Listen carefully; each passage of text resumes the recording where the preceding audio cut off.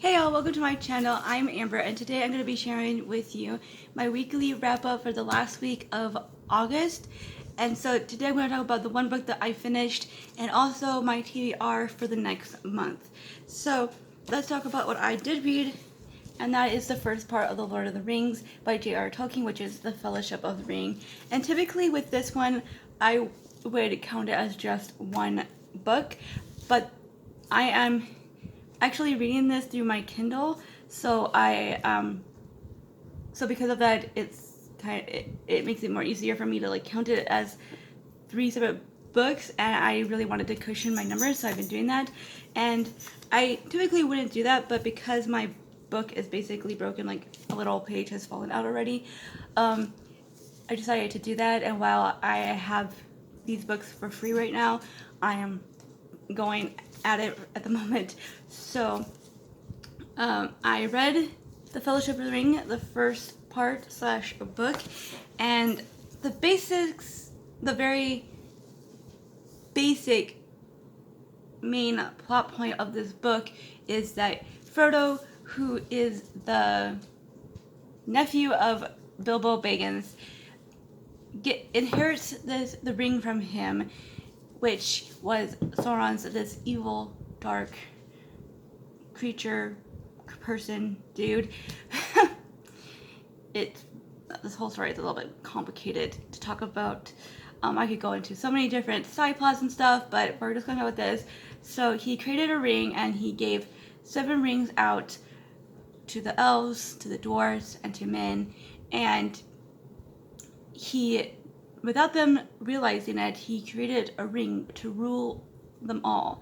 And this is the ring that Frodo has inherited. And now that Sauron has started to come back into power, Frodo and everybody's in danger, and they have to try to make their way to Mordor to destroy it in the fires that it was first created in.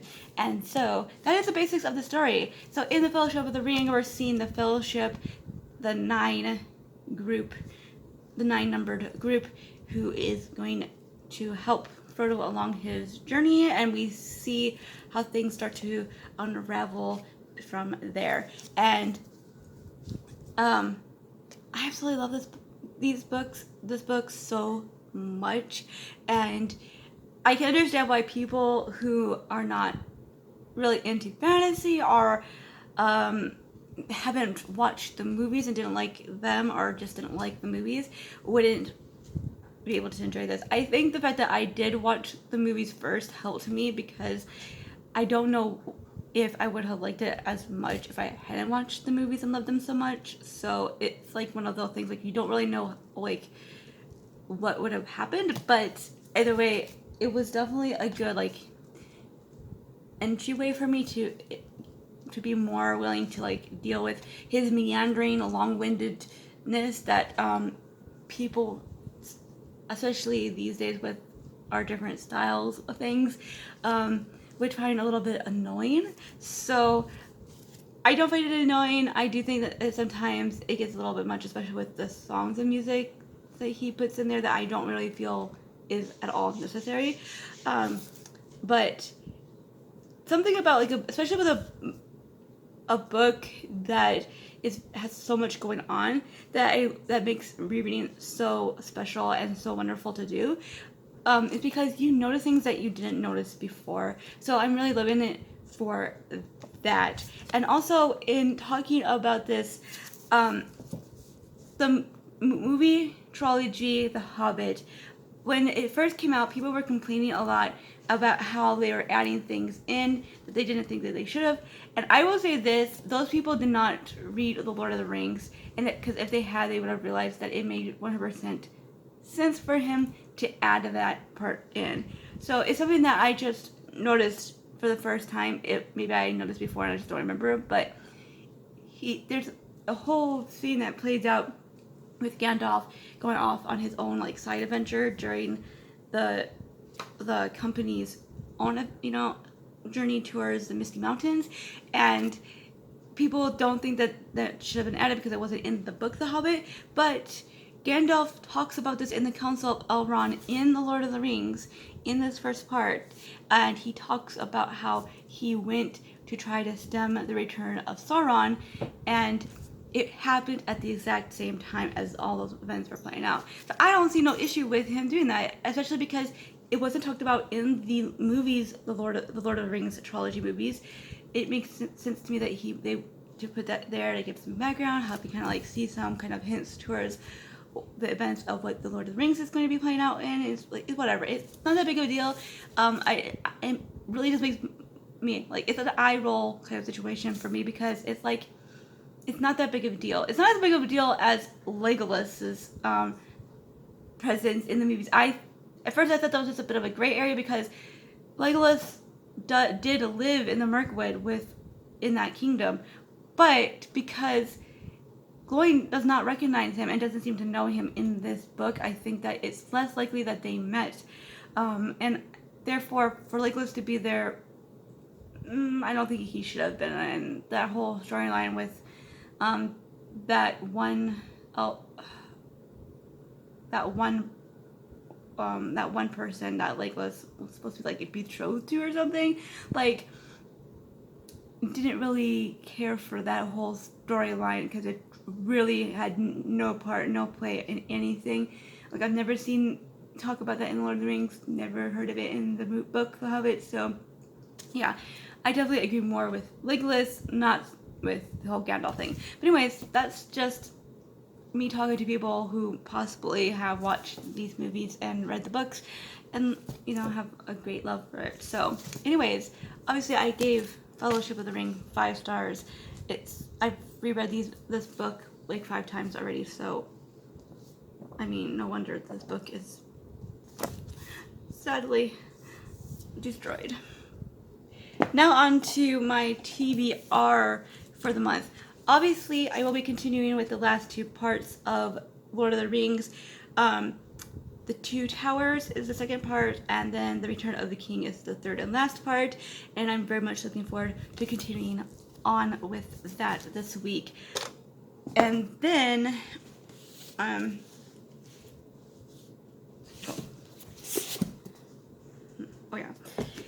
on to the rest of the books. So, I don't know if I mentioned this already, but I want to read 3 books a week. I was only going to do 2 books a week, but I have 4 books from the library that I need to get to. So I'm going to mention them first, since I don't have them. I need to pick them up Monday. I still have to, because I have no choice about that, since one of them will be expiring. My whole will be expiring for them, and I really want to get it and read it. So the first one is Men We Reaped by Jesmyn Ward. This is her memoir, and I don't remember like a lot of these, because I've been waiting for them for quite some time now, so I don't remember the details of what it's about, but I do know that Men We Reap is a memoir. And then A Woman of No Importance by Sonia Purnell. This is nonfiction about, I do not remember this person's name, but I do remember listening to a podcast that talked about this woman, and it's about this woman who was a spy during World War II, and like the craziness of everything. And I'm really hoping that this book will give me a lot more details than like the podcast was able to do, and so I'm looking forward to very much to reading that book. And then the third one is I'm Still Here, Black Dignity in a Role Made for Whiteness by Austin Channing. This is again, it's been for a long time, but I think that book, the title gives you enough an idea to know what that is about. And then the last book is Mexican Gothic by Sylvia Moreno Garcia. And this one, again, I do not remember what this was about. A long time coming for this one. I actually thought I was not going to get this anytime soon. I was expecting to wait for like several months on hand, and it's been only like a month. So yeah, I'm really excited to get these books. I'm pretty sure that Mexican Gothic is possibly YA, because I've seen a lot of YA booktubers talking about this. So I am not 100% sure about this book, because YA is not my jam, and I tend to stay away from YA. But it did sound so interesting when I heard people talking about it, that it like made me want to pick it up. So moving on to the next group of books. These are all books that are first time reads for me, that I have had on my shelves for a while, that I really want to get to. And the first one is The Good Earth by Pearl S. Buck. This is a classic that's set in China, And I have no clue. So it says, she presents a graphic view of a China when the last emperor reigned, in the vast political and social upheavals of the 20th century were but distant rumblings for the ordinary people. This moving classic story of the honest farmer Wang Lung and his selfless wife Olan is must reading for those who would fully appreciate the sweeping changes that have occurred in the lives of the Chinese people during this century. So I've heard a lot of good things about this. I think I have actually read a book by this author, which was like in the middle for me, so I'm hoping that this will be better. This is like one of her most popular books, so it kind of gives me a little bit of hope that I will enjoy it. Then the last one is not the last one, the next one is Tell the Wolves I'm Home by Carol Rivka Brunt, and this is set in 1987, and I think the protagonist is 14-year-old June Elvis, whose uncle is the renowned painter Ben Weiss. June and her uncle have a special relationship. He seems to be like the only one that seems to understand her. And then, so when he dies far too young of a mysterious illness her mother can barely speak about, June's world is turned upside down. But Ben's death brings a surprise acquaintance into June's life. At the funeral, June notices a strange man lingering just beyond the crowd.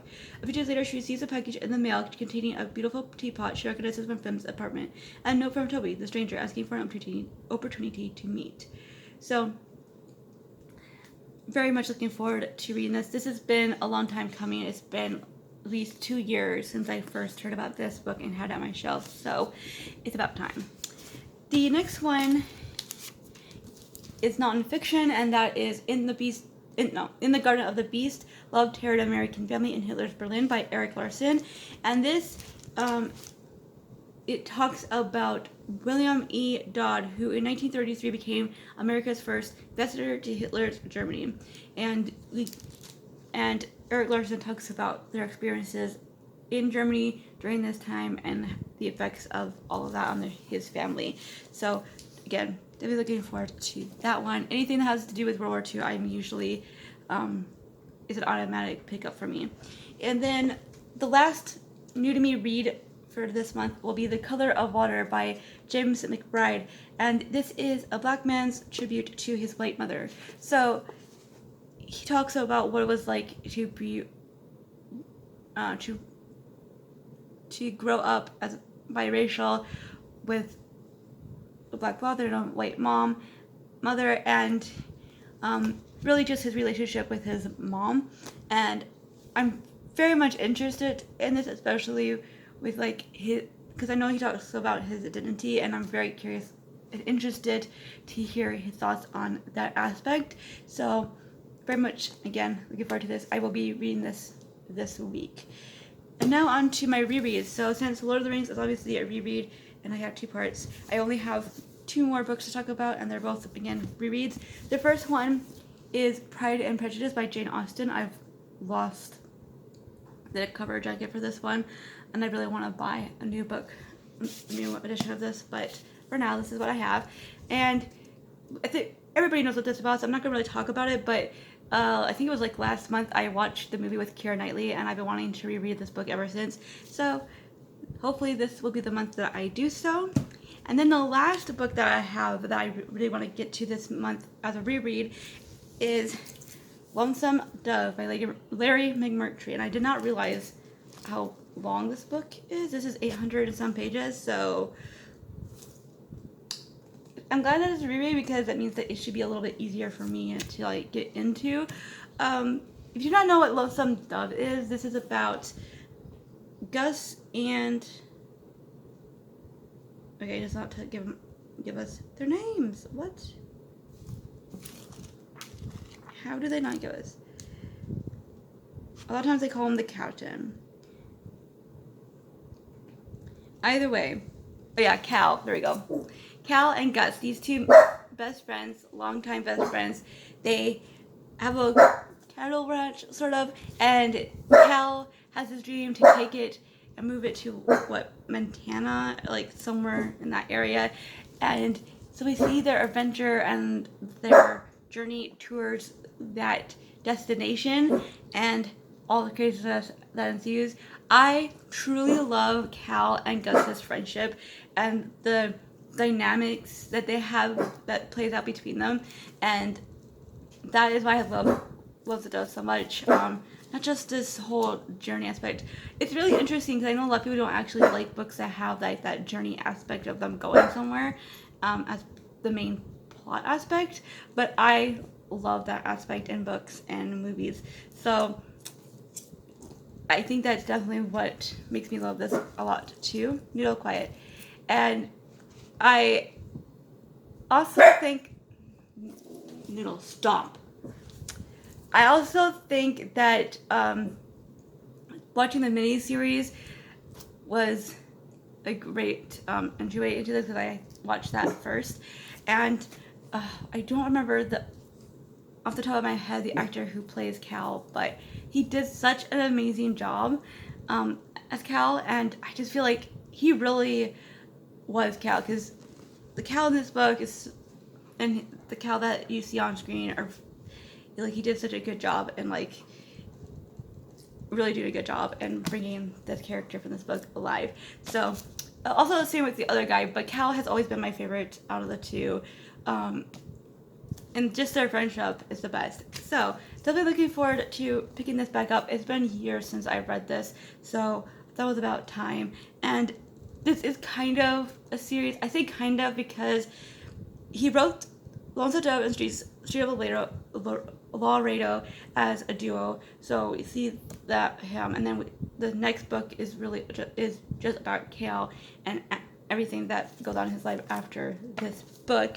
But then the next two books that he wrote